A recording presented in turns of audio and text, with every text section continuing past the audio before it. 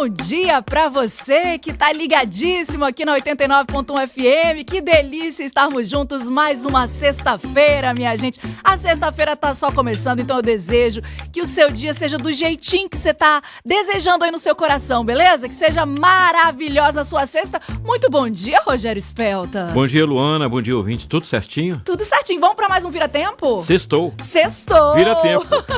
Vira Tempo, o programa que conecta gerações. Você já se acostuma, gente, que eu sempre vou estar aqui de 8 às 10 toda sexta? É um programa pra gente ter conversas que um convidado falou isso, eu vou repetir. Conversas que inspiram a invenção da vida. Olha que profundo isso, que a gente precisa, né, trocar uma ideia, refletir sobre o que somos, pra onde vamos, de onde viemos, enfim, sobre os grandes temas que são comuns, né, a todos nós humanos. E hoje aqui no Vira Tempo, que a gente faz esse passeio pelas gerações, né, a gente vai falar sobre saúde mental. Como você lida com os seus pensamentos, com os seus sentimentos, com as suas emoções? O que é o adoecimento mental que a gente fala tanto nesses tempos atuais, né? Provavelmente você conhece alguém próximo a você, ou talvez você é essa pessoa que já se viu numa situação de conflito com você mesmo e precisando de uma ajuda. E aí, que ajuda é essa que a gente busca? Psicólogo, psiquiatra, terapeuta, psicanalista, enfim, vamos conversar sobre essa história, vamos te orientar também, né? Porque a gente precisa ter orientação e vamos entender como que cada geração, ao longo do tempo, lidou com isso. Lembrando que por muito tempo era um tabu, né? Você tem essa memória, Rogério, assim, de falar de sentimento era fraqueza. Não. Você não viveu isso? Porque teve gente que viveu. Ainda hoje, para muitos, é um tabu, né? É conseguir elaborar os seus sentimentos, né? O que sente ali. Então, a gente vai conversar sobre como que isso mudou ao longo do tempo e vamos ver se você vem junto comigo nessa. Vou te convidar para participar com a gente, lembrando que eu adoro receber quando vocês mandam áudio aqui, contando as suas experiências. Então, grava um áudio pra gente. O nosso WhatsApp é 27, né? O DDD 998087382. Vou repetir. 998087382. Aí você vai fazer o seguinte, você vai me falar como que é na sua época, como que na sua época você lidou ou lida com isso, assim, né? Você é da época que isso aí era coisa de doido, né? Porque tem isso, o estigma, o tabu, a gente vai falar sobre tudo isso hoje, o Vira Tempo está no ar e agora a gente vai começar já com uma música, que hoje, para a geração atual também é um hino da sobrevivência, né? De conseguir se manter firme e forte. Emicida,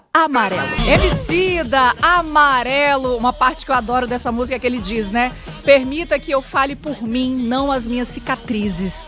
Forte isso, né, gente? O Emicida que esse hino, né, que a gente fala que virou em relação à resistência, à sobrevivência também do ser humano que existe ali em tantas dificuldades, né? Porque falar em saúde mental no Brasil é falar em saúde mental pra quem? Diante das desigualdades, as dificuldades que cada classe social enfrenta e principalmente a massa do Brasil, né? Que são pessoas que às vezes não têm acesso, é o tal do engole o choro, você tem que acordar cedo pra trabalhar assim e vai ter que lidar com tudo isso, enfim. Então a gente vai falar sobre tudo isso e não vou falar sozinha. Tenho convidados muito especiais hoje aqui no estúdio, de diferentes gerações também. Então eu vou dar um bom dia agora para o Anderson. Vamos ver se eu vou falar certo o sobrenome, hein? Anderson Schwengberg.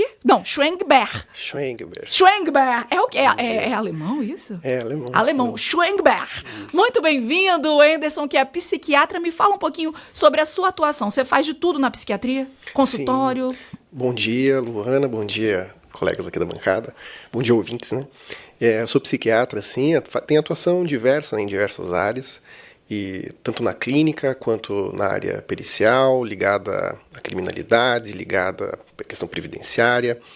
E vamos falar um pouquinho hoje, então, sobre a saúde mental e a sua interface ao longo das gerações. Obrigado pelo convite. Imagina, que bom que você está aqui com a gente. E a sua geração é qual? Aqui falar a idade não é um problema, hein, Anderson? Não tem problema não. Tenho 43 e eu sou geração Y, o milênio, um dos primeiros. No finalzinho ali da geração Y, no finalzinho da X, comecinho do milênio. Isso. Bem-vindo, viu, meu querido? E você também está fazendo essa pesquisa agora sobre a saúde mental ao longo do tempo, né? Sim, ligado à segurança pública no nível de mestrado lá no VV, estudando principalmente a interface da saúde mental com os diversos tipos de violência, né? Não só as pessoas que cometem atos de violência, mas também a violência perspassando ao longo do tempo, né, ligado na saúde mental. Importantíssimo. Vamos falar sobre muita coisa hoje, gente. Eu tô empolgada. E aqui no estúdio também com a gente hoje, diretamente da 89.1 FM para os seus ouvidinhos, vamos ouvir ela. Ana Paula Cunha, que é psicóloga e é de qual geração, Ana Paula? Bom Geração dia. X. Geração X, você tem quantos anos? 48. 48. Por que você foi para psicologia e qual que é a sua atuação? Olha só, eu acho que boa parte dos psicólogos vai para a psicologia por conta da sua própria vida, né? E sou apaixonada pela área, sou apaixonada pela clínica. Eu vim da gestão de pessoas, então na comportamental, por vir da gestão de pessoas, eu gosto de resultados na clínica. E é possível ter resultados na clínica, né? A própria música do Emicida fala, falem por mim e não as minhas cicatrizes, né? Então a Comportal, ela trabalha muito isso. O que você vai fazer, né, a partir de... Sou uma apaixonada pela psicologia, sou uma apaixonada pela saúde mental, sou apaixonada também pela gestão de pessoas. Se vocês estão acompanhando, agora existe uma lei, né, uma alteração da NR1 que fala da obrigatoriedade do risco psicossocial dentro do trabalho. O que isso significa na prática? Significa na prática que você agora precisa colocar os riscos psicossociais. Por exemplo, uma jornada de trabalho excessiva pode me trazer uma ansiedade, pode me trazer um episódio depressivo por conta também que existem as comorbidades. Então, né, um clima ruim pode impactar na saúde mental. E é complicado abordar isso dentro das empresas, né? Porque às vezes é um ambiente em que, para quem ela vai se reportar, e aí como tratar isso em relação à hierarquia, né? E menina, isso ainda estamos começando, mas que importante que já existe. Pode falar um pouquinho mais? Pode. Mas olha que bacana, isso é necessário porque houve um aumento de 2024 para 2025 em 68% dos afastamentos. Então, a felicidade, né? Ela gera engajamento, ela gera diminuição de perdas por conta de faltas. Não necessariamente você vai achar lá um problema de saúde mental. Procura aquele lugar que as pessoas estão tendo dor de barriga, dor de barriga, dor de barriga, dor de cabeça, dor de cabeça, dor de cabeça, né? Estão deixando de ir. Então, como a gente passa muito tempo ali, é um fato. É praticamente o nosso primeiro nome, né? Uhum. Anderson, psiquiatra. O trabalho, né? Tá na nossa Luana, identidade. Jornalista. Sim. Enfim. Deixar o próximo falar. Isso. Temos muita coisa para conversar hoje no Vira Tempo, falando sobre saúde mental. Nesta manhã de sexta-feira. E quem também está aqui com a gente é da geração, acho que é geração Z. Uhum. Acho que é geração Z. Ela tem 21 anos. Elisa Volcati, seja muito bem-vinda ao TV Revista. É estudante de psicologia. TV Revista, olha, eu tô doida, gente. Tô como se eu estivesse apresentando lá na TV, Rogério. É a mesma coisa. É só meio-dia, gente. Na TV é meio-dia e 45. Agora eu tô aqui na rádio. Aqui no Vira Tempo. Seja muito bem-vinda, Elisa. Você é estudante de psicologia, certo? Bom dia. Bom dia, tudo bem? Obrigada pelo convite. Sou estudante de psicologia. Assim como a Ana falou, assim, a gente meio que para no curso para se entender, mas vem muitas camadas aí que a gente vai descobrindo. E é uma paixão muito grande. Eu sempre soube que eu ia ser da área da saúde, mas você vai entrando nesse mundo e você vai se apaixonando cada vez mais e é surreal. A saúde mental me abraçou, assim, eu fui meio que abraçada. Inclusive, quero agradecer a minha professora de saúde mental, Camila Marani, porque ela que me introduziu isso, porque tem um mundo dentro disso, assim, e é muito mágico, assim. E eu sou completamente apaixonada por isso. Eu não sei o que eu faria se não fosse... E é um mundo que somos nós, né? Esse olhar para dentro, com toda a complexidade do ser humano, da mente do ser humano.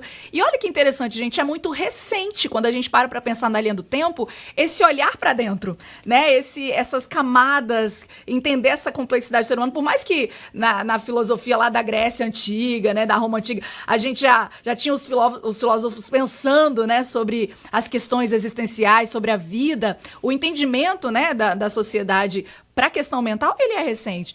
Anderson, me conta isso, inclusive, assim, de quanto tempo para cá que a gente tem esse entendimento, principalmente aqui no Brasil, né, sobre esse olhar para a saúde mental, na psiquiatria, por exemplo, de uma forma sem tabu? Será que ainda existe esse tabu? É uma excelente pergunta, né? Eu acredito que a gente ainda está vivendo uma fase em que o tabu, o estigma que a gente chama, ele está se desconstruindo. As pessoas, elas sempre tiveram dificuldades para lidar com certas coisas, sempre A sociedade também percebeu que algumas pessoas eram diferentes das outras por essas manifestações psíquicas, né? E ao longo do tempo, a sociedade moderna começou a chamar isso de doença, né? Começou a chamar isso de transtorno. E esse movimento ele é relativamente antigo. Ele vem do século XVIII, na França, e aí começou a se pensar de uma forma diferente de tratar dessas pessoas. Só que isso não era psiquiatria. Isso era chamado de qualquer outra coisa. Só que se sabia que algo tinha que ser feito. E a sociedade, ao longo do tempo, sempre teve a ideia de separar essas pessoas, né? Sempre teve a ideia de colocar elas mais para longe, como se fosse varrer a sujeira por baixo do tapete, sabe? Vamos fazer de conta que isso não existe. E o resultado, aliás, a tentativa no início foi algo até aparentemente bem intencionado. Vamos tratar essas pessoas num lugar então mais aberto. Aí surgiram os antiquíssimos manicômios, que seriam para um tratamento moral, né, para quem lembra de Pinel, no sentido de colocar essas pessoas num lugar aberto, num lugar tranquilo, para que elas pudessem respirar, descansar, de repente até trabalhar em alguma atividade mais sossegada, enfim. O problema é que ao longo do século XX, esses lugares começaram a ficar saturados e cheios e acabaram virando depósitos. E a sociedade continuou encarando a doença mental como algo assim, olha, a gente não pode, né, tem que segregar, tem que separar, a gente não pode conviver com essas pessoas no nosso meio. E a mudança que a gente está vendo agora, ela faz esse movimento reverso. Todo mundo se dá conta que tem alguma coisa, né? De louco todo mundo tem um pouquinho, como se diz. Então o resultado é que as pessoas estão começando a encarar isso, porque na sua família muitas vezes tem alguém que está passando por dificuldade, desde a infância, às vezes começa mais tarde, na terceira idade mesma coisa. Então todo mundo tem ou alguma coisa consigo mesmo, ou um contato com alguém relativamente próximo. E essas pessoas, elas precisam estar no meio, elas precisam estar no nosso convívio. E esse é o objetivo, a ideia. O estigma começa a ser quebrado com base nisso, né? Os tratamentos hoje são outros, as possibilidades são outras, e isso passa pela construção de diagnósticos, né, que, a meu ver, não devem ser rótulos, né, mas apenas ferramentas para a gente poder ajudar essas pessoas a lidar melhor com essas dificuldades na saúde mental. Sem dúvidas. E você que está ouvindo a gente, como você lida com isso? Você também sente esse estigma à saúde mental? Você acha que isso é um grande mimimi, uma grande frescura? Ou você já está buscando se visitar também e olhar para pessoas que têm essas necessidades? E a gente vai entender isso aqui também, porque existem os diagnósticos mais profundos também, né? De situações que são processos de adoecimento também, que a gente precisa olhar para isso. Quero saber como você lida com isso. Manda um WhatsApp pra gente. O nosso número aqui é o 27998087382. Aí você tem que falar seu nome, sua idade. Tem que falar a idade, tá? E como que, se isso foi uma questão na sua família, dos seus pais, dos seus avós, enfim, se você enfrenta isso de alguma forma. E eu já queria jogar aqui pras minhas amigas, estudante de psicologia e psicóloga, o que vocês veem no consultório, já, né, estudando sobre isso, das pessoas buscarem essa ajuda. Ainda há um tabu? Ainda há um tabu, né? Muito menos. Por exemplo, eu conversei um pouquinho com a Elisa aqui antes, e as pessoas da geração da Elisa estão praticamente todas nos consultórios de psicologia. Elas não veem isso como um tabu, elas veem isso como algo comum ao cotidiano delas, e estão buscando muito mais. Aí eu vou perguntar para a Elisa, ok? Uhum. O que mais tem, assim, na sua turma de enfrentamento de dificuldades? O que você percebe? Porque é uma geração que está lá, e está lá tranquilamente, sem tabu. Assim, acho que tem de tudo, mas acho que a gente lida muito com ansiedade por desempenho, né? A gente vive numa sociedade de desempenho, a gente precisa ser o melhor como profissional, como um ideal de sucesso, né? Mas a gente esquece de dizer que o sucesso é um padrão que você tem que se colocar. A depressão também, porque às vezes não teve tempo para construir repertório, para não elaborar o que realmente sente. Às vezes teve uma perda de algum parente na família, alguma perda significativa, e aí não teve tempo para elaborar mesmo. Então a pessoa acaba se constituindo em cima desse trauma, dessa situação, e não se elabora. E aí acaba, às vezes, entrando num relacionamento, seja ele romântico, qualquer tipo de afeto profissional, e aí acaba tendo, sei lá, um burnout, alguma coisa que desencadeia e vai virando uma bola de neve absurda, assim. Interessante você tocar nesse assunto do elaborar, que hoje isso já é comum, né? Para essa nova geração, essa palavra de estou elaborando, né? Estou Sim. digerindo o que isso significa, como isso me afeta, né?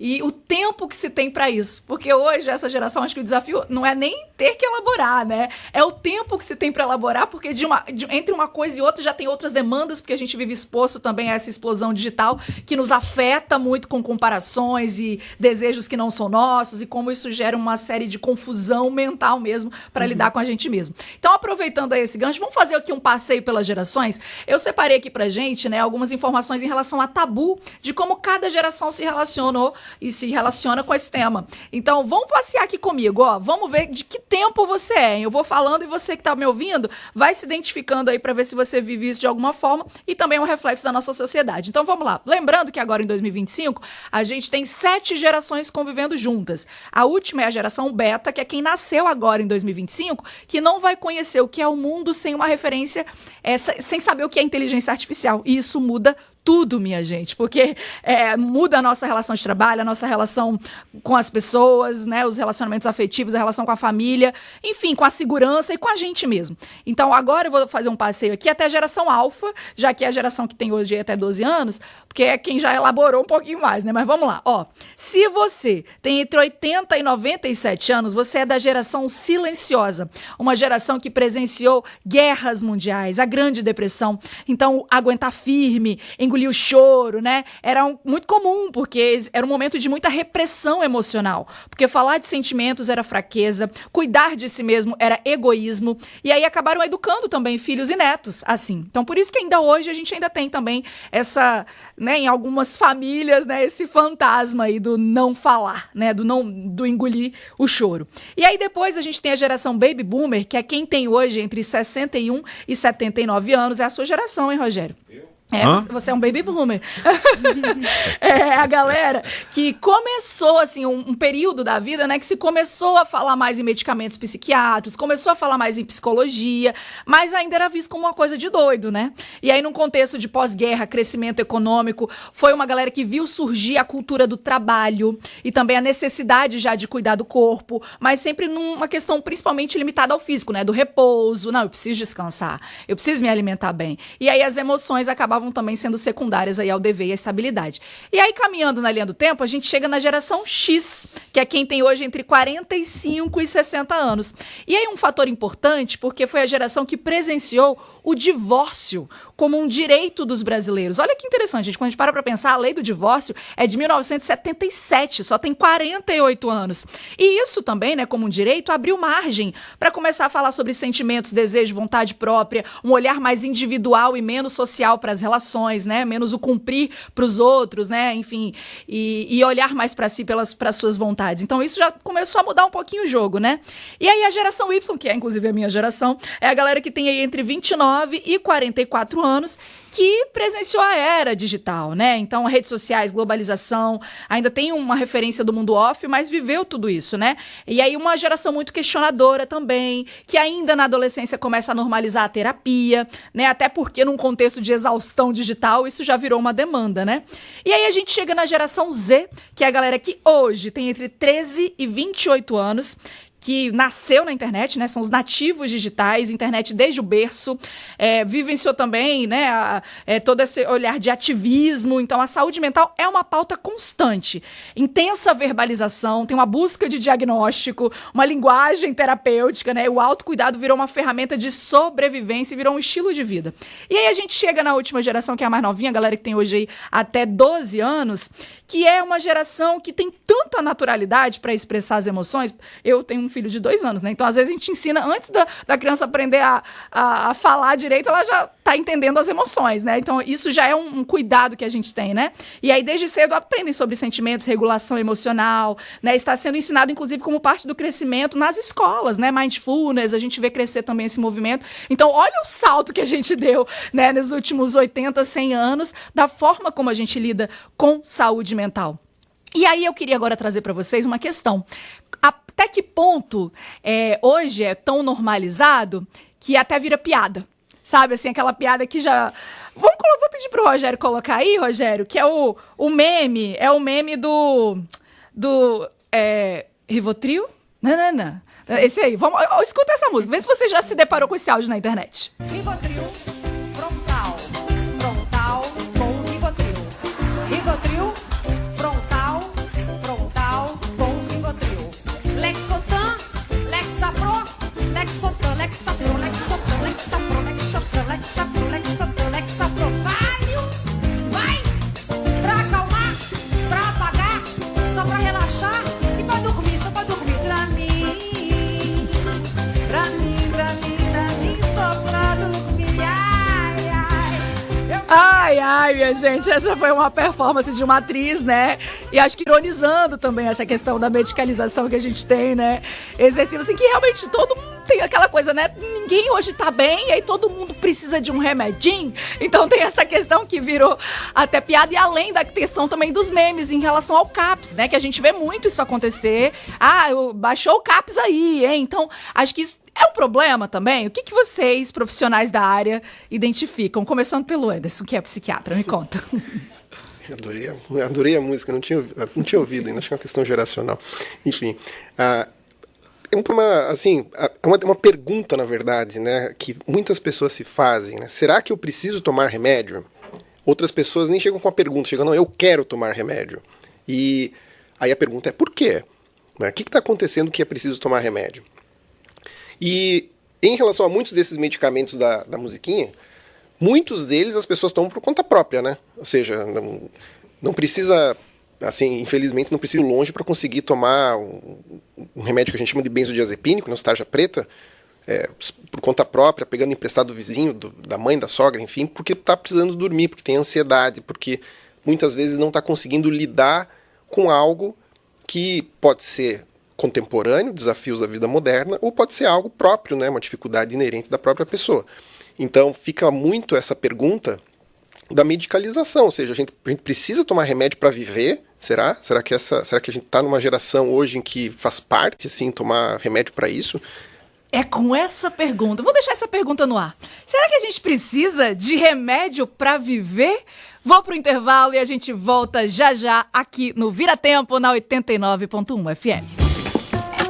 Vira Tempo, 89.1 FM.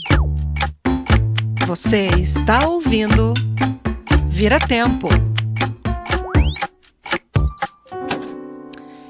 Esse é o Vira Tempo na 89.1 FM comigo, Luana Esteves, nesta sexta-feira, começando o dia aqui, minha gente. Inclusive, muito bom dia para você que tá ligadinho na gente desde cedo e que tem quem tá chegando agora também. Esse é o programa que se propõe a conectar gerações. A gente está fazendo um passeio aqui pelas gerações hoje com o tema saúde mental. Como cada geração se relaciona com os pensamentos, os sentimentos, as emoções, os adoecimentos mentais também. A gente está recebendo hoje aqui o psiquiatra Anderson Schwegber. Toda hora eu vou errar seu sobrenome, né? O Anderson Schwegber, também a psicóloga Ana Paula Cunha e a estudante de psicologia Elisa Volcati. São gerações diferentes que também estão contribuindo aqui com o nosso assunto. Mas agora eu quero colocar mais uma música no programa. Pode ser, Rogério Spelter? Balada do Louco. Rita Lee, vocês estão ouvindo? Balada do Louco. Rita Lee, que por muitos foi considerada uma louca, né? Por tudo que ela fez também de ser à frente do seu tempo, de romper padrões, de ser fora da caixinha. E isso, né, de romper padrões também, por muitas vezes a sociedade entendeu como loucura. Então vou aproveitar os nossos convidados aqui no estúdio hoje, no Vira Tempo, para a gente entender essa linha do tempo, dessa desconstrução do que é a loucura, inclusive no Brasil. O que vocês me dizem sobre isso? Assim, acho que a gente teve uma reforma psiquiátrica no país no início dos anos 2000, né, que mudou tudo. Me conta, me deixa saber. Quem vai falar comigo sobre isso? Elisa, que inclusive está estudando saúde pública também, né? Então, a gente tem ali uma reforma psiquiátrica que vem da Europa, né? Acho que é meio impossível a gente não falar de Europa influenciando o Brasil. Então, a gente tem uma reforma psiquiátrica totalmente influenciada pela Itália aqui no país, mas a gente também tinha uma influência que, se quem tiver a oportunidade de estudar sobre Barbacena, né, que foi o hospital psiquiátrico que a gente teve aqui, o manicômio, na verdade, que a gente teve aqui, que uma jornalista, inclusive, chamou de Holocausto Brasileiro. E depois disso teve o fechamento, né, de Barbacena. Aqui no estado do Espírito Santo a gente teve o Adalto Botelho, que hoje em dia é o EAC, né? Que também é um hospital de emergência psiquiátrico, é o segundo, tem um outro que é no interior do estado, se eu não me engano, não vou confirmar essa informação. Cachoeiro. Cachoeiro. E aí, com isso, com o tempo teve a reforma psiquiátrica e a gente tem aí, surgiu o RAPS, né, que é a Rede de Atenção Psicossocial, e aí do RAPS surge o CAPS, que é e surgem várias derivações do CAPS, né? Tem o CAPS AD, que são álcool e drogas, e o CAPS Infanto-Juvenil, que é para crianças e adolescentes também. E o CAPS, que é um serviço gratuito, importantíssimo Exatamente. falar aqui, que por mais que seja alvo de chacota também, vários memes aí nas redes, né, que quando a pessoa fala, eu vi o CAPS todinho aí nesse vídeo, quando a pessoa parece fazer uma coisa fora do padrão, assim, já entra, né, como uma piada, mas não, gente, é coisa séria e ajuda muitas pessoas, salva muitas vidas esse tipo de atendimento, e é uma questão municipal, se a pessoa precisar, ela tem que procurar como que a prefeitura disponibiliza, onde que a pessoa vai buscar informação sobre o CAPS, como é que funciona? Rede básica de saúde. É? Começa pela atenção básica. Sempre O pela CAPS atenção básica. não tem, geralmente não funciona com acolhimento, assim, aberto, como chama, né? E normalmente também não tem urgência psiquiátrica. Os CAPS, eles são um serviço ligado à RAPS, né, que é a Rede de Atenção Psicossocial, e vinculados também a ambulatórios, caso existam, e ainda leitos de hospitais psiquiátricos, como tem aqui no estado também e outros. Então, o acesso ao CAPS ele é sempre feito através da atenção básica, na unidade de saúde mais próxima ou do território onde a pessoa reside, né? Então fica a dica aí se você precisar dessa ajuda, né? E qualquer pessoa pode precisar, porque existem os níveis de adoecimento mental, por exemplo, que são observados na hora de fazer o ingresso da pessoa no CAPS, por exemplo? Então, o CAPS não é o único serviço, né? Existem diversos outros serviços, inclusive alguns que eu particularmente gosto muito. Um deles chama matriciamento, em que o próprio médico, a própria equipe da atenção básica, ela dá conta das questões de saúde mental que não são tão graves, com auxílio de especialistas que funcionam através de como se fosse uma consultoria, né? Então, ali mesmo, na própria unidade de saúde, muitas vezes o médico consegue lidar e consegue administrar a equipe em conjunto, com terapia em grupo e tudo mais, consegue administrar e ajudar as pessoas, principalmente numa segunda etapa de tratamento, vamos colocar assim, em que passou a fase mais grave, e esse acompanhamento pode continuar e funciona muito bem nas unidades. Imaginamos que funcione muito bem, né, nas unidades de saúde, para que o acesso seja garantido, né, que o tratamento seja garantido. Perfeito. Desculpa, é porque também, muitas vezes, as pessoas chegam no estado de surto ou uma crise de ansiedade. Então, depois que acalma-se a pessoa e é tratado, aí sim existe a decisão de para onde ela vai e qual vai ser o manejo que vai ser realizado com essa pessoa. Às vezes, sim, um CAPS é necessário, mas existem, como o Henderson disse, existem outras maneiras menos... abordagens mais leves que possam ser... Porque o CAPS ele tem uma característica, ele é um modelo substitutivo, né? Porque, de fato, o modelo manicomial, que é aquele modelo antigo... Essa referência de camisa de força, existe era isso? assim... A mídia alimentou isso na gente, sim, né? Essa imagina, ideia. a minha formação filmes. foi em Porto Alegre, num dos hospitais mais antigos do Brasil, o Hospital São Pedro, que era exatamente desse modelo, assim, as pessoas... Era assim... ao longo do século XX, vamos pensar a partir de 1930, Estado Novo e durante até a ditadura, era mais ou menos assim, se você estivesse vadiando na rua, eles pegavam você e jogavam no manicômio. Olha isso. A esposa que estava sendo traída e começava a reclamar.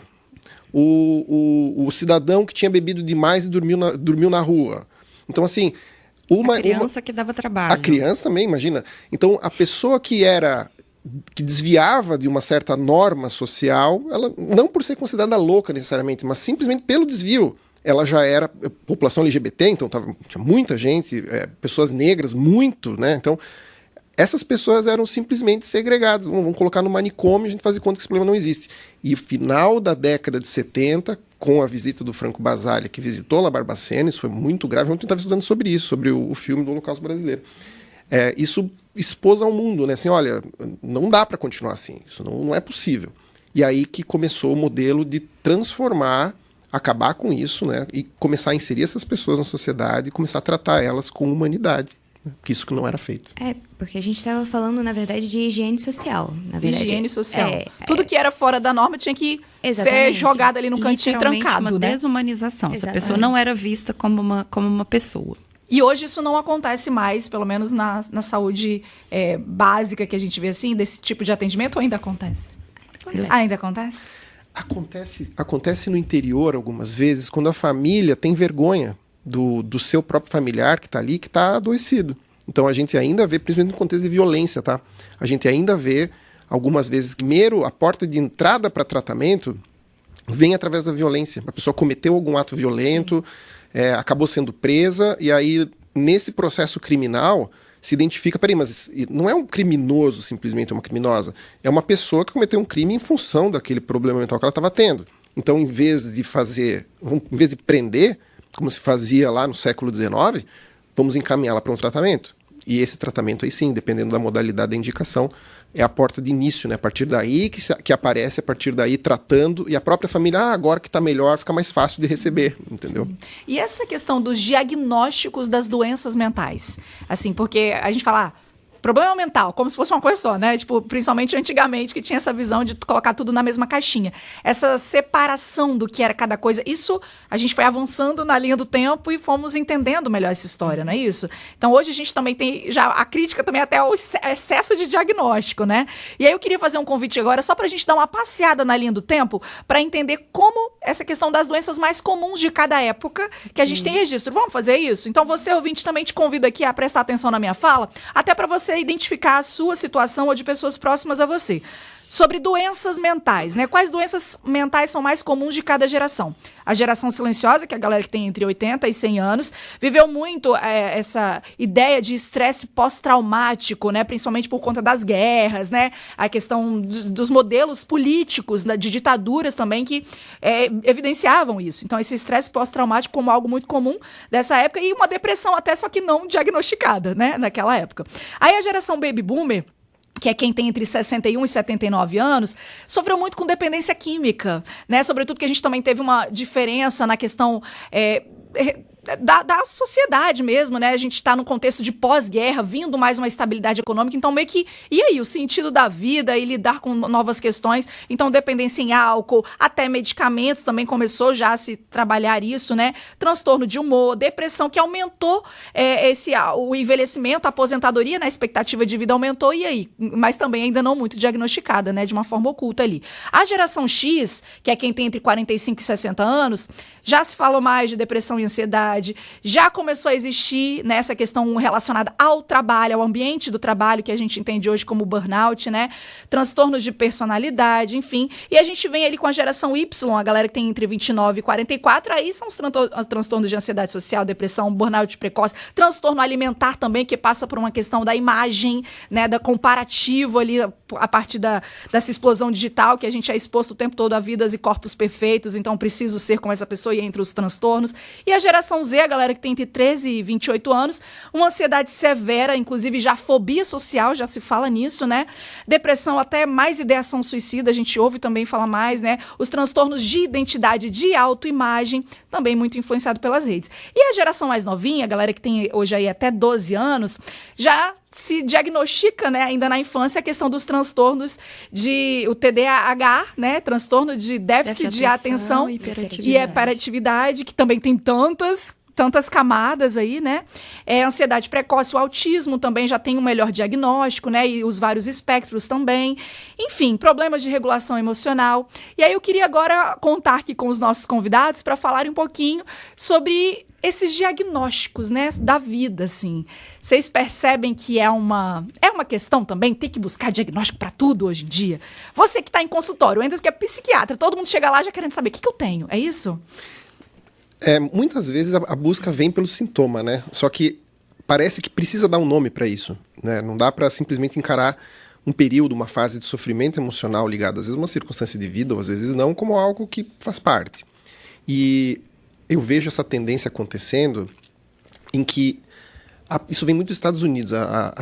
Nos Estados Unidos é muito comum você pegar o diagnóstico e trazer ele como parte da sua identidade, como parte da sua personalidade. Então, eu sou borderline, eu sou TDAH, eu tenho autismo. Aí vai no Google também, né, e pesquisa. E faz o autodiagnóstico e já utiliza isso como assim, bom, eu tenho o direito, então, de fazer, de me comportar de determinada maneira, porque eu sou assim, eu tenho esse diagnóstico. Quando, na verdade, o caminho é inverso. A gente utiliza o diagnóstico, ou deveria utilizar o diagnóstico, como uma ferramenta de cuidado, como uma das formas de dar um nome para aquilo. E esse diagnóstico como um todo, não é algo antigo que existe desde sempre.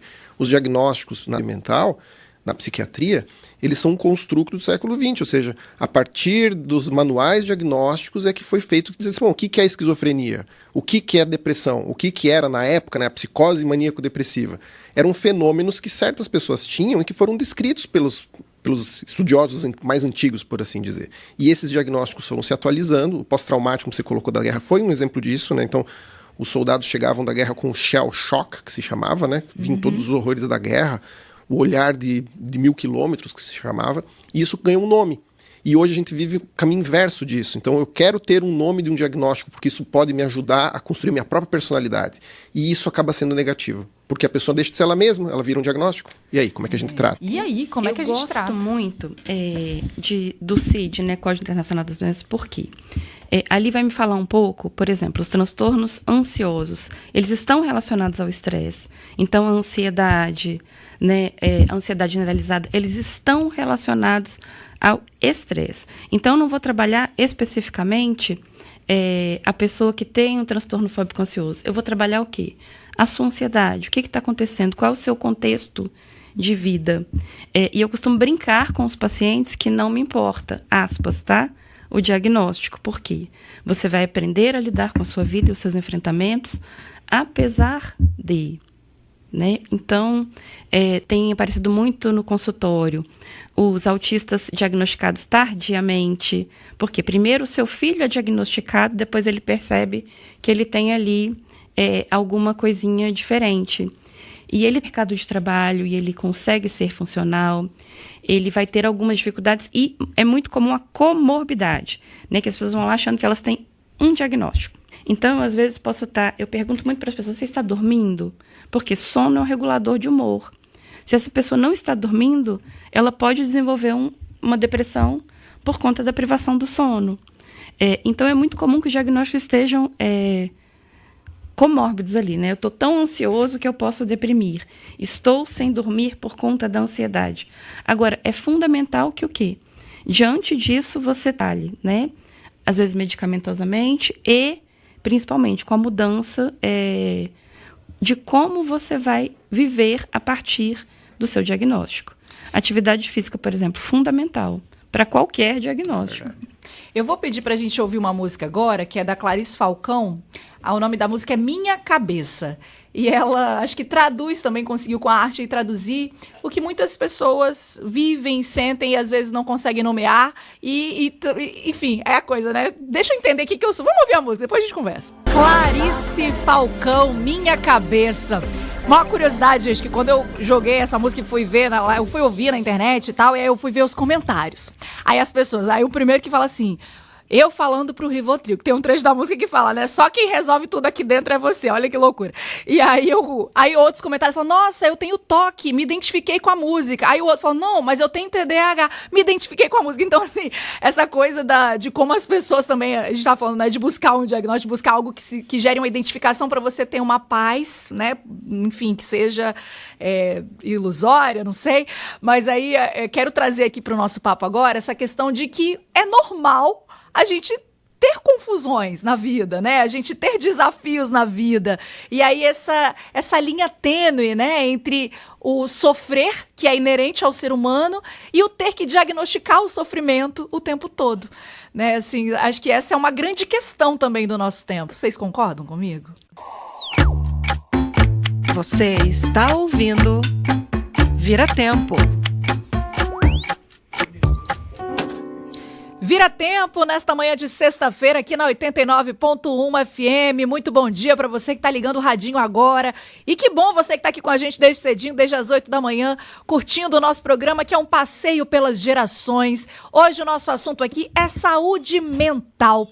E a gente estava aqui se questionando, né, até que ponto o sofrimento da vida precisa ser diagnosticado, precisa ser medicalizado, porque viver, minha gente, é um pacote completo. A gente fica triste, a gente fica feliz, a gente fica com raiva, a gente se chateia, a gente se frustra, se decepciona. Isso é a vida. Mas a gente está aqui hoje com alguns convidados, que são o Anderson, que é o psiquiatra, a psicóloga Ana Paula Cunha, certo? E também a Elisa Volcati, que é estudante de psicologia, a gente está batendo esse papo gostoso aqui para entender ainda sobre os tabus, sobre os desafios, sobre o hiperdiagnóstico, sobre a falta dele, enfim, são vários assuntos aí. Então, você que está me acompanhando também faz essa reflexão, olha para a sua vida, olha para as pessoas em volta de você, que às vezes também precisam de um acolhimento, de um entendimento, né, das suas dificuldades, e a gente também vai se ajudando e vai seguindo junto, né? A gente foi pro intervalo antes do Estação Notícia, com uma grande provocação da filósofa aqui, a capixaba Viviane Mosé, sobre como sofrer engrandece a alma. Mas eu queria jogar aqui para os meus convidados agora a pergunta que é a seguinte: como perceber quando o sofrimento vira doença, vira adoecimento? E aí, existe um alerta que precisa ser tomado? Aí me contem vocês. Anderson, psiquiatra, qual que é a sua opinião sobre essa linha tênue aí do sofrimento e o diagnóstico de um adoecimento? Exatamente, assim, nessa linha que eu estava comentando agora, né? É sempre muito difícil separar o normal do patológico. Às vezes essa linha ela não é tão clara assim. E é muito difícil para a própria pessoa, muitas vezes, né? A gente observa que tem pessoas que, às vezes, buscam, como foi dito aqui antes, até pela Elisa, assim, buscam, muitas vezes, o tratamento quando... Peraí, mas é algo que podia ser administrado de outra forma. E outras vezes é o contrário. A pessoa está num sofrimento muito grande, está causando problemas, e passando por problemas, não só ela, mas também em relação à família, e resiste. Ela quer acreditar que aquilo não é um problema, que aquilo é normal. Quando, na verdade, uma das medidas que é útil é justamente essa. O comportamento é normal, esse comportamento é próprio da pessoa, ou é uma manifestação, ou é um sintoma que a gente pode, aí sim, diagnosticar e tratar e ajudar essa pessoa a viver melhor. Então, essas são perguntas que, muitas vezes, a pessoa que está no sofrimento, ela tem dificuldade de se responder e de se autoavaliar. De novo, é um ciclo que vai se renovando e a própria pessoa fica presa nisso, né? Acho que no auge da crise, ou enfim, seja qual lá o transtorno, o mais importante é como a rede de suporte avalia essa pessoa, sabe? Ela mudou muito de como ela era. A rede de antes. suporte é o quê? Familiares? Família, amigos, pessoas próximas dessa pessoa. Porque, por exemplo, num quadro depressivo, provavelmente a pessoa vai se isolar. E aí ela sair de uma pessoa super extrovertida, que se comunicava bem, que falava bem, e aí do nada ela não quer mais sair, ela não sai de casa, ela só fica vivendo no próprio... Não atende telefone, sumiu. Então, isso não é normal, mas ela também não quer aceitar o tratamento. Mas, por exemplo, num quadro de bipolaridade tipo 1, ela tem episódio de mania que ela quer, sei lá, pular da ponte só pra chamar atenção. Não é só pra chamar atenção. Deixa eu me retratar. Mas, assim, num delírio de grandeza, pra ela, porque ela se sente tão poderosa e importante, ela acha que pular da ponte não vai acontecer nada com ela. Mas no episódio de depressão, ela se sente a pior pessoa do mundo.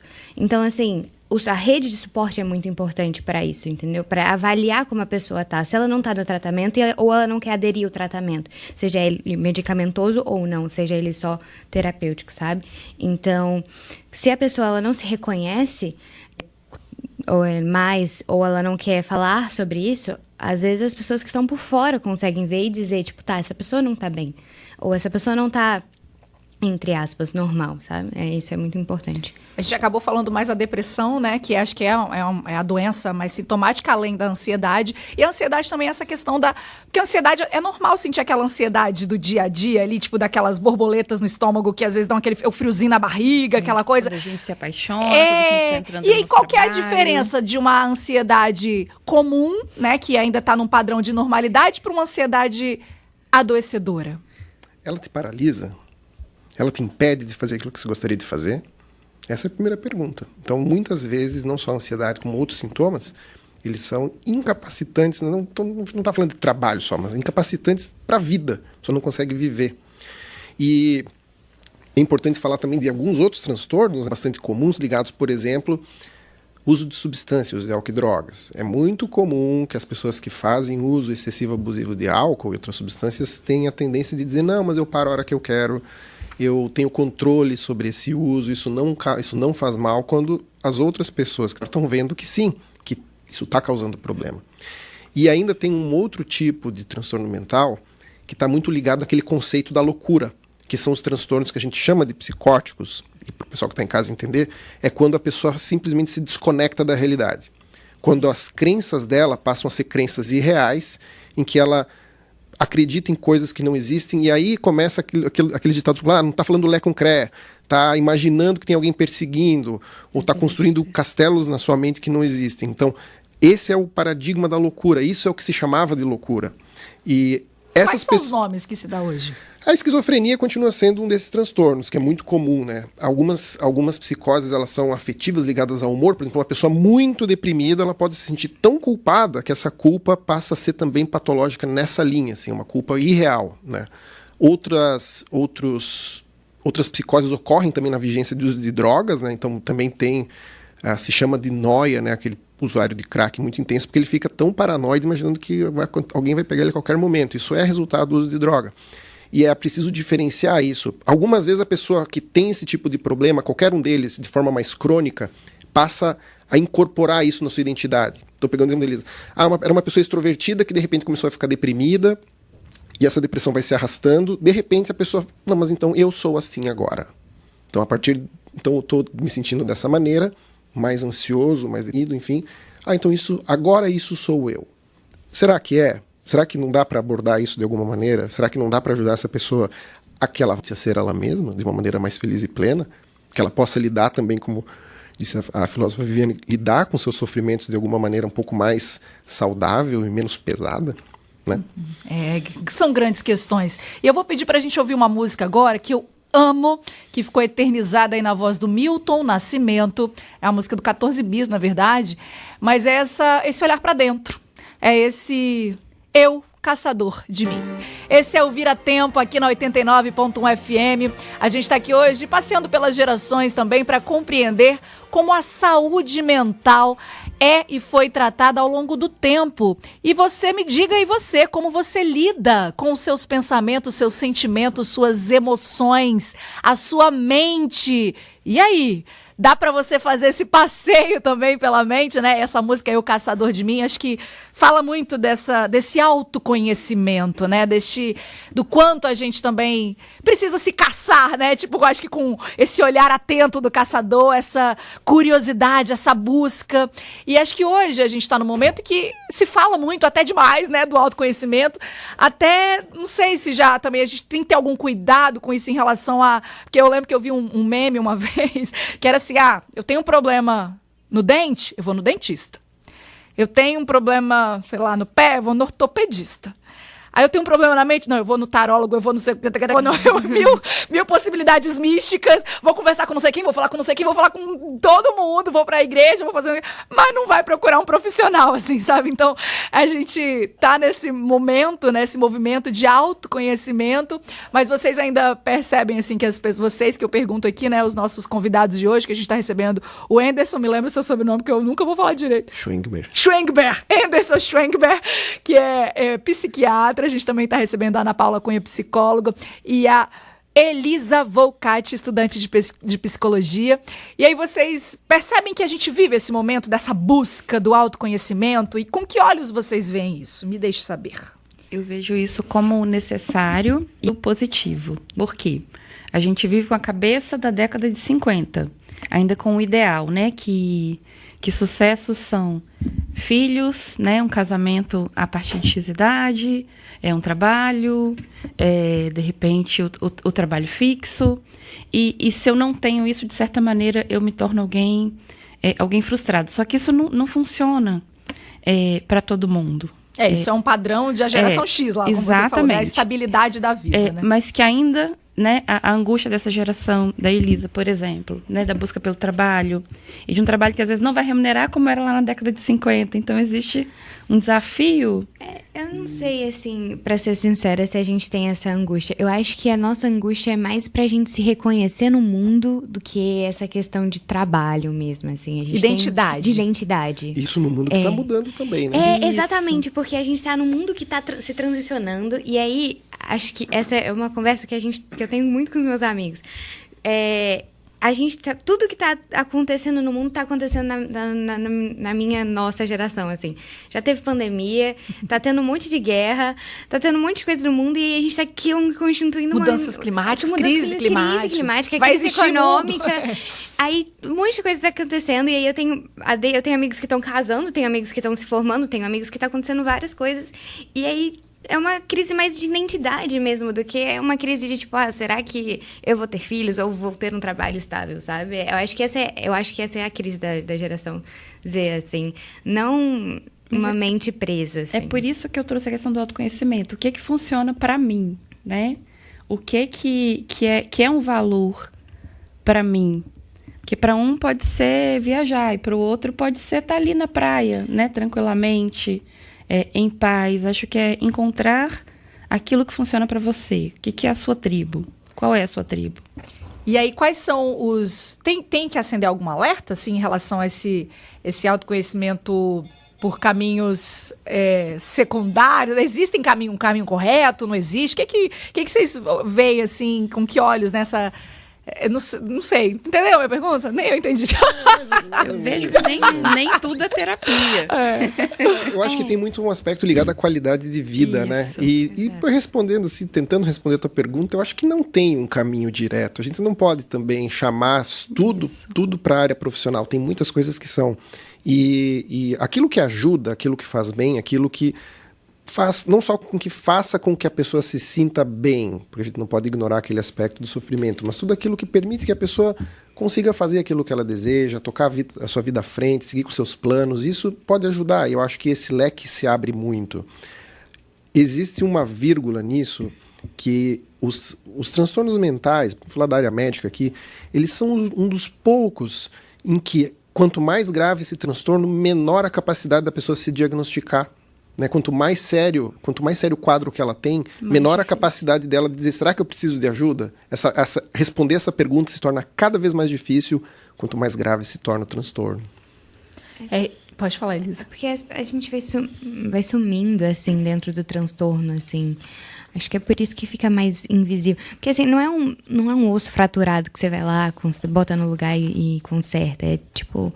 Você vai sumindo, sua identidade vai sumindo, sua personalidade vai sumindo, você vai mudando tudo, vai mudando o tempo tudo. todo. Exato. Não é uma coisa, assim, facilmente consertável. Assim, só um parâmetro, me corrija se eu estiver errado. Um antidepressivo, por exemplo, demora cerca de 4 semanas a 8 semanas para começar a funcionar no cérebro. Então, assim, para ele estabilizar o cérebro de novo, né? Dependendo da função que ele tem. Então, aí são 2 meses para a pessoa começar a voltar ao normal, ou normalidade.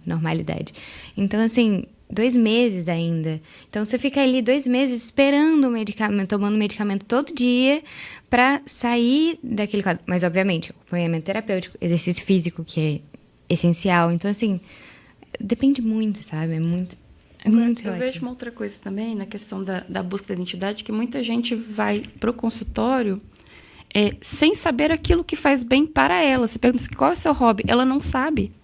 Ela está ali no momento de construção daquilo que é ela, que não é a sua expectativa sobre mim. Sim. E hoje também a gente vive nesse mundo com muitas possibilidades. Eu sempre falo que acho que todo programa eu usei essa frase, né? Quando tudo é possível, né, nada é suficiente, assim. A gente vive essa época com tanta informação, né? Até pela linha do tempo, na evolução dos meios de comunicação e como a gente se relaciona com o mundo, né? A partir das mídias, da informação da tela o tempo todo, que é tudo muito fácil, acessível. Então, você pode ser tudo, né? Tem essa ilusão também da fluidez da nossa identidade. E aí isso gera um conflito, né? Gera uma angústia também existencial, né? Enfim, minha gente, vamos aproveitar então agora para fazer aquele passeio pelas gerações, quando o assunto é esse autocuidado, que é esse você começar a olhar para você, né? Vamos entender ao longo do tempo como que as gerações lidavam com isso. Vou recapitular aqui um pouquinho. Então, você que está ouvindo a gente, se situa aí para ver de que época que você é. Ó, a geração silenciosa, que é a galera entre 80 e 97 anos, ainda tinha esse estigma fortíssimo, né? Como a gente falou aqui, que falar sobre emoções era visto como fraqueza. Então, nem existia esse termo de autocuidado, né? Como assim? Não existe.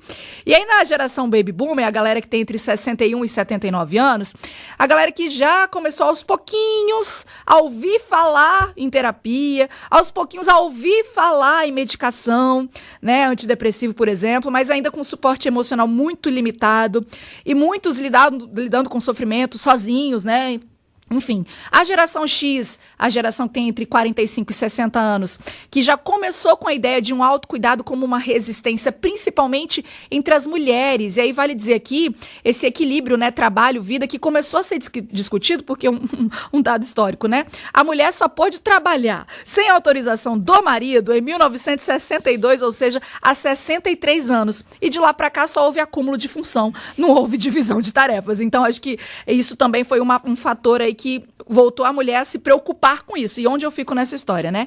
E aí houve mais abertura para falar sobre emoções, enfim. A geração Y, que é a galera entre 29 e 44 anos, tem o autocuidado já como uma pauta que passa a ser central. Então já começa a falar da terapia, meditação, mindfulness, né? Começam a surgir vários termos também ligados a isso. Maior abertura para falar sobre depressão, ansiedade, burnout, mas também uma pressão para performar o autocuidado nas redes sociais. E aí isso é um ponto de atenção que a gente vai conversar logo mais, né? E aí a galera que posta sobre saúde mental, faz terapia online, né? Usam aplicativos aí para relaxar, enfim. E aí a geração Z, a galera que tem entre 13 e 28 anos, totalmente conscientes sobre a importância da saúde mental, falam abertamente sobre ansiedade, crises, neurodivergências, buscam psicólogos desde cedo, usam a linguagem terapêutica no dia a dia, né? Então, toda hora falar, meu limite emocional me deu gatilho, né? A saúde mental, isso virou algo comum, né? No vocabulário mesmo, mas também enfrentam, né, o burnout ainda jovens, então é um outro ponto.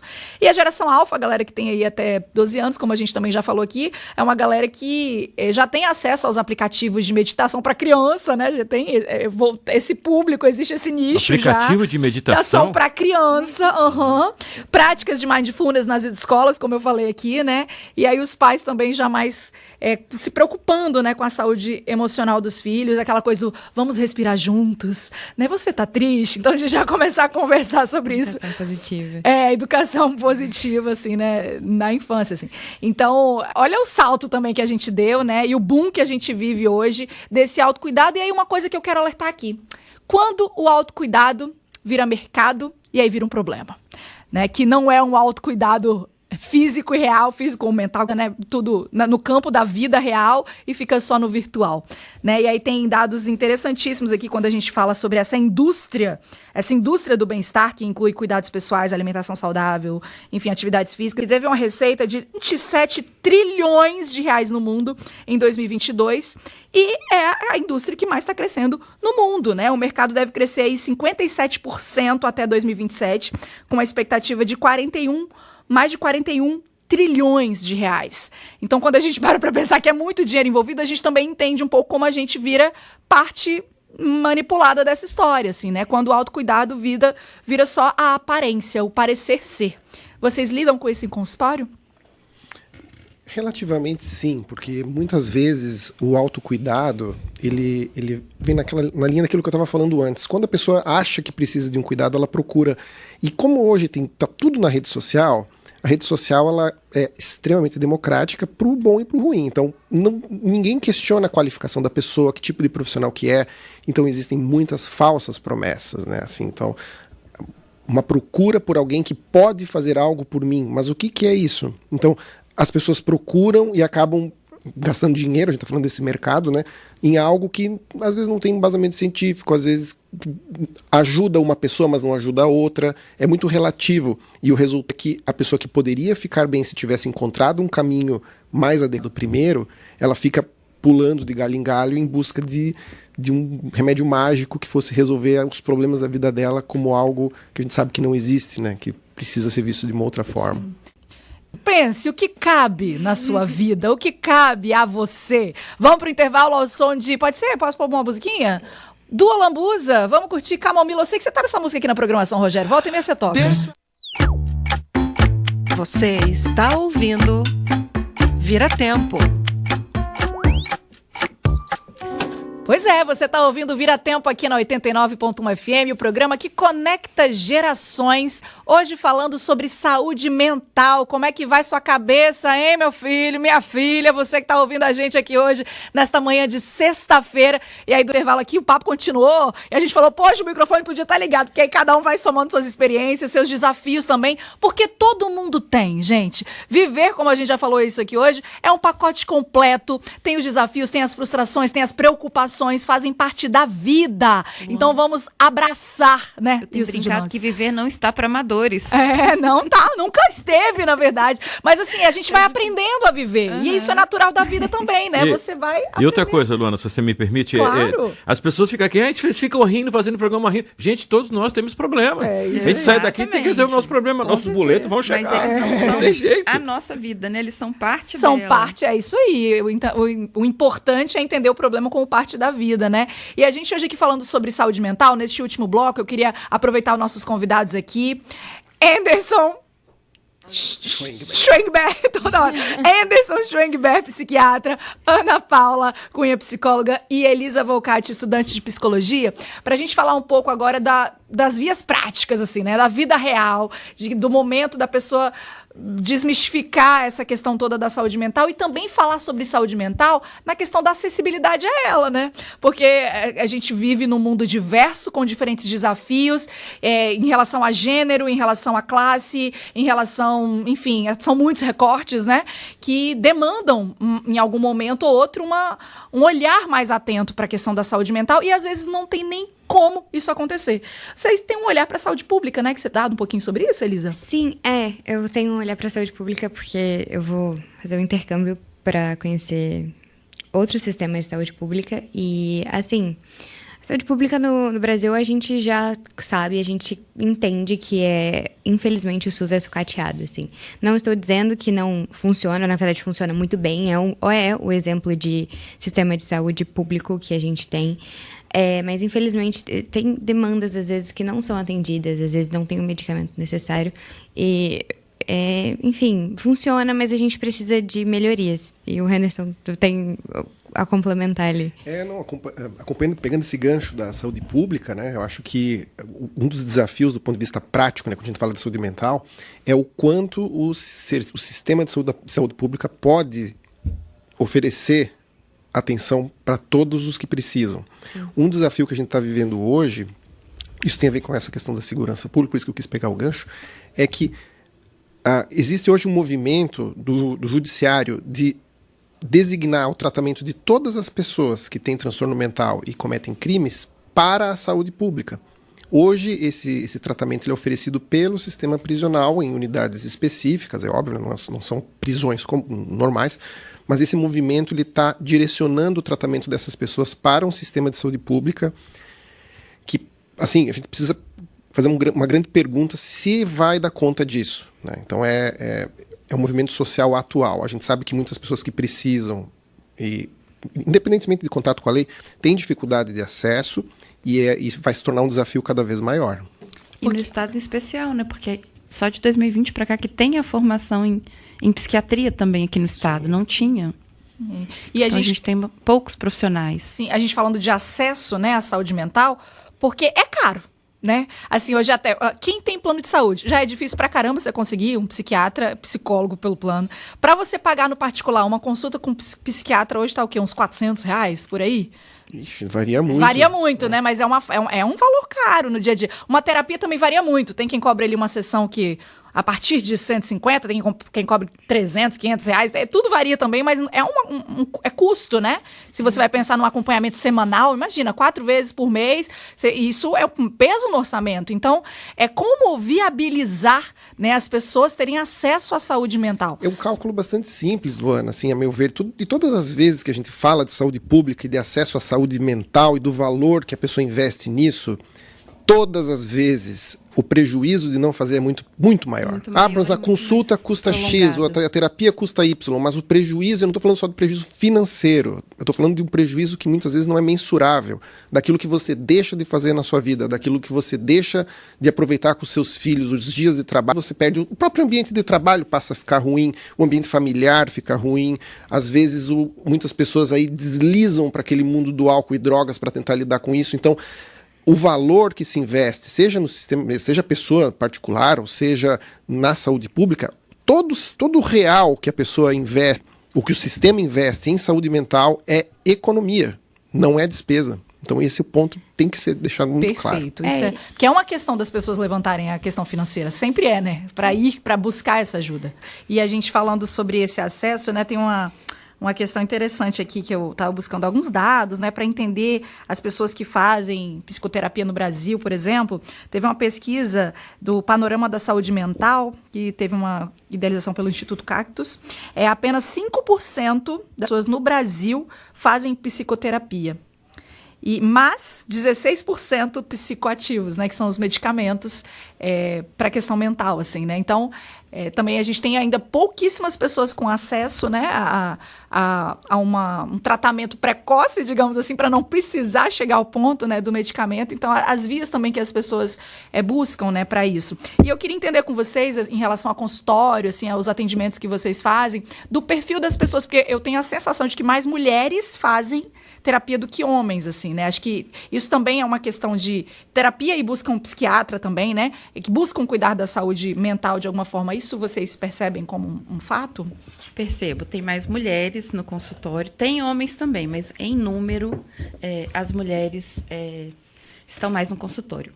E, apesar do que você falou, né, da questão da simplicidade ou do acesso, os planos de saúde ofertam psicólogo. Agora, você vai ter que ter também um investimento de tempo, né? Porque, como você mesmo falou, são uma vez por semana. Então, vale a pena? Vale. Mas eu preciso conciliar, às vezes, com ser mãe, com o meu trabalho. Então, encontrar esse tempo. Mas tem de tudo no consultório. Tem desde a dona de um grande escritório de advocacia, como tem a caixa do supermercado, vivenciando suas ansiedades, suas formações, sua busca de emprego. Né, tem a mãe da criança que está lá que é auxiliar de serviço, que precisa da saúde para aquela criança, às vezes, com neurodivergência, e que também é um estresse, tá, gente? Eu falo que a mãe de uma criança neurodivergente, ela vai mais a terapias em uma semana que a mãe de uma criança típica vai em um ano. Então, isso também pode gerar um adoecimento. Essas pessoas também estão no consultório. E eu vejo, quanto à pergunta inicial, está existindo um movimento de procura assim, do sexo masculino, dos homens em relação ao atendimento. Eu vejo isso como um movimento até geracional, né? Que antigamente isso era muito mais comum, muito mais raro. E sobre a questão da medicação em relação à terapia, é esperado sim que tem mais pessoas que usem medicamento, porque aparenta ser mais fácil. Eu tomo um remédio e vou fazer de conta que meu problema vai ser resolvido. Quando, na verdade, a gente sabe que a combinação dos tratamentos muitas vezes é muito melhor. Então, é preciso olhar para esse lado em relação ao acesso aos tratamentos e como cada pessoa lida com isso. Sim. E você falou a questão de geração. Essa pesquisa que eu falei do Panorama da Saúde Mental também mostrou, né, que da população idosa brasileira, apenas 2% tem algum cuidado com a saúde mental. Então, é muito pouco, né, para a gente entender como também isso é um reflexo do tempo, né, do contexto social que essa pessoa viveu também no seu passado e ainda talvez carregue algumas questões de dificuldades mesmo, né, para buscar essa ajuda. E falando hoje aqui, então, sobre saúde mental, eu queria entender por que falar, quando você vai bater lá na porta do terapeuta, né, enfim, por que falar ajuda? Por que colocar para fora? Que fenômeno é esse que acontece ali? Boa pergunta. Excelente. Que fenômeno é esse que acontece ali que quando você começa a falar, aquilo te cura de alguma forma? Assim, quando a pessoa procura um tratamento, procura uma terapia, ela acha que ela vai falar algo para alguém, né, nesse processo. Mas o principal é que a pessoa se ouve. É porque todos aqueles processos que estão na mente, que ficam assim, causando peso, causando sofrimento, quando você fala para alguém, você está se ouvindo, você está permitindo que o teu raciocínio ande nesse aspecto. E também tem a questão do cuidado. Nós que somos profissionais da área, Elisa que vai se tornar, nós temos sempre uma postura neutra quanto a isso, né? Então você vai falar com alguém que não vai te julgar, que não vai simplesmente emitir opinião, que é muito comum, né? Por que você não fala para um amigo? Ah, meu amigo vai começar a dizer o que você tem que fazer ou não fazer quanto a isso. Mas eu não quero que me digam, eu quero só, deixa eu falar, deixa eu só dizer como é que eu estou me sentindo. Então, assim, a gente que é profissional, a gente está acostumado a lidar com essas coisas e aprende a ouvir, né? E essa escuta abre e muda totalmente. Eu costumo falar também que o principal é se fecha uma porta, porque a gente está fazendo tantas coisas ao mesmo tempo. Então, quando eu fecho uma porta, é o meu lugar de silêncio. Às vezes, é o meu único lugar de acolhimento no mundo, né? Porque, às vezes, você tem lá uma criança TDAH que não é aceita pela própria... Aquilo não é visto pela própria família, não existe um local de acolhimento, né? A comunidade LGBTQ, às vezes esse é o local onde ele é extremamente, né, aceito, querido, acolhido. Então, existe, o próprio Anderson falou, né, a elaboração do pensamento, porque até então eu não tenho tempo para pensar. Quantas vezes a gente está no automático, num trânsito, já está lá na frente, né, vai dormir, então, cheio de coisas, né? Então, eu também costumo brincar uma outra coisa, que as pessoas não batem na porta do consultório, elas despencam lá dentro, né? Porque elas já chegam nas suas crises. Pelo amor de Deus! E aí é muito bacana, né? Porque é aquele né, soltar de muitas coisas, que aí aos tempos você vai escolhendo, né? O que nós vamos trabalhar primeiro. Eu brinco que primeiro é o PS, é sair da crise, ok? Depois que a gente sai da crise, aí a gente estrutura, né? A gente vai para cada areazinha da vida. Acho que o bonito da clínica é quando a gente... É que clínica, na psicologia, significa se reclinar para o outro, né? Então, a gente fica... Foi o que o Henderson falou. A gente se inclina para ouvir o outro. A nossa escuta se torna limpa, sem esse julgamento, sem esse preconceito, tabus, entre outras coisas que a gente já falou aqui mais cedo. Então, a gente vai ouvir o outro e também fazer que o outro se escute e elabore essas questões que são questões dele, às vezes que ele nem mesmo se fez entender, porque ele falou, isso não deve ser importante, sabe? Às vezes ele chega com uma coisa falando, tipo assim, só tô cansado, e às vezes o cansaço é uma coisa que veio se acumulando, e aí quando ele chega no final da sessão, ele fala, acontece comigo, eu falo, caraca... Nem eu sabia que estava acontecendo eu falei, tudo meu isso. Deus, como isso chegou a esse ponto e eu nem percebi, e acho que é isso, assim. Vamos ouvir agora essa música bem apropriada para o momento. Vamos ouvir Ney Matogrosso. Fala! Fala, Luana. Fala, Rogério. Fala que cura, minha gente. Fala e elabora o que é você, os seus pensamentos, os seus sentimentos, as suas emoções, que também são o que te constituem enquanto pessoa. Então conheça a ti mesmo, e a terapia e os profissionais de saúde mental são parceiros nessa jornada, e além de tantos outros recursos, né, que você pode ter, desde que você queira, desde que você se permita também, né, em compreender a si mesmo. Hoje aqui no Vira Tempo a gente bateu um papo muito gostoso desde as 8 da manhã sobre saúde mental, sobre essa importância da gente quebrar, né, alguns paradigmas que ainda existem, alguns estigmas em relação à forma como a sociedade se relaciona com esse tema, né, aos preconceitos também que ainda existem, aos desafios que a gente tem também com novas gerações, e todas elas mais expostas, né, a um mundo hiperconectado, hiper cheio de informações, né, de diagnósticos. Então, as linhas tênues aí entre o sofrimento e o adoecimento. A gente conversou muita coisa gostosa hoje aqui, e eu quero agradecer agora aos queridos que tiveram a possibilidade de tirar um tempinho aí da manhã de sexta-feira para estarem aqui com a gente. Muito obrigada. Anderson... agora eu vou falar direito. A última vez que eu vou falar seu nome... Anderson Schwenkberg. Anderson Schwenkberg. Isso. Anderson Schwenkberg. Agora eu vou ter que aprender. Tá ótimo. Querido, muito obrigada por ter vindo aqui, ter compartilhado seus conhecimentos com a gente. Você que é psiquiatra, eu queria que você deixasse uma mensagem final aí para as pessoas que estão ouvindo a gente nessa manhã de sexta-feira sobre saúde mental, assim. Por que é importante a gente pensar e olhar para si sobre isso? Imagina, primeiro agradecer mais uma vez, né, o convite, Luana e a equipe toda aqui, meus colegas de bancada. Foi um prazer participar. Acho que todas as vezes que a gente pode falar sobre saúde mental, a gente está falando hoje sobre saúde mental, a gente não está mais falando sobre doença, né? Quero dizer o seguinte, assim, o mundo está tão louco, né, que procurar ajuda é normal. Acabou aquele estigma da loucura. Eu vou procurar um psicólogo, vou procurar um psiquiatra, mas eu não tô louco. Claro que não. A gente não fala mais isso. Hoje em dia, alguém ou quase todo mundo pode precisar de ajuda em algum momento. Então, romper essa barreira e procurar esse cuidado é cuidar de si mesmo. É receber atenção para poder viver melhor. Maravilhoso, arrasou. E aí você também atende consultórios, quiser deixar seu contato? Sim, eu vou deixar o Instagram, que é dr.anderson.es. Maravilhoso, arrasou. Simplificar o Instagram, senão... Schwenkberg, mas é problema Schwenkberg. dr.anderson.es. Maravilha, querido. Muito obrigada. Obrigado. E muito sucesso também no seu estudo, né? Agora fazendo mestrado em segurança pública, né? Maravilha. E também muito obrigada, Ana Paula Cunha, psicóloga. Queria que você deixasse também uma mensagem final aí sobre a importância da gente ter esse olhar carinhoso para a saúde, para a nossa saúde mental. A gente vai ter desafios nas nossas várias idades, né? Então, a criança lá dos 6 anos, ela vai ter seu desafio, às vezes, para lidar com o ambiente da escola dela, né? O adolescente com a sua aceitação, às vezes, com seus desafios escolares. A pessoa adulta lidando com seus desafios diários, suas relações. Então, não tem idade para psicoterapia e não tem idade para projeto de vida, tá? Que a galera dos 70 está chegando lá e precisando criar projetos de vida, porque agora eu me aposentei e agora? Agora eu posso, como você falou, eu posso tudo, e o que eu faço disso?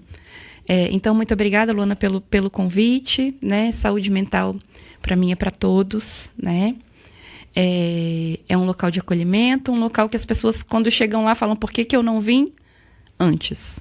Maravilhosa. E deixe seu contato também. Catalisa Psicologia, Instagram. Maravilhosa. Muito obrigada, Ana Paula. Muito obrigada. E a Elisa, que é estudante de psicologia, mas para quem quiser acompanhar ela, gente, porque ela vai agora viajar. É Londres que você vai? Vou para Manchester. Manchester, na Inglaterra, para entender um pouquinho sobre a saúde pública com foco na saúde mental lá, não é isso? E vai compartilhar as suas descobertas lá com a gente? Vou, com certeza. Por onde? Pelo Instagram, Elisa Volcati, Elisa com Y.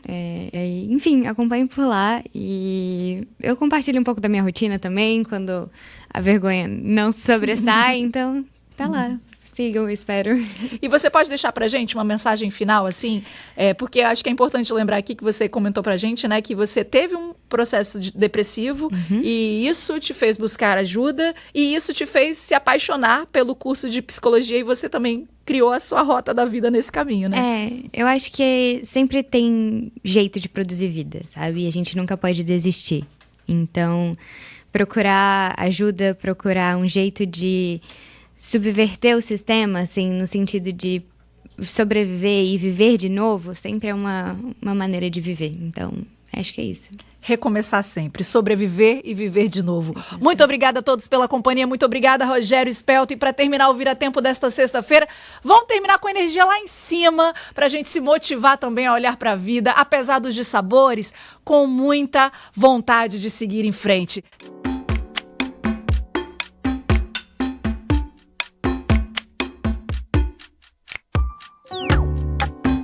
Você ouviu? Vira Tempo. Conectando gerações. Apresentação: Luana Esteves. Muito bom ter você aqui com a gente.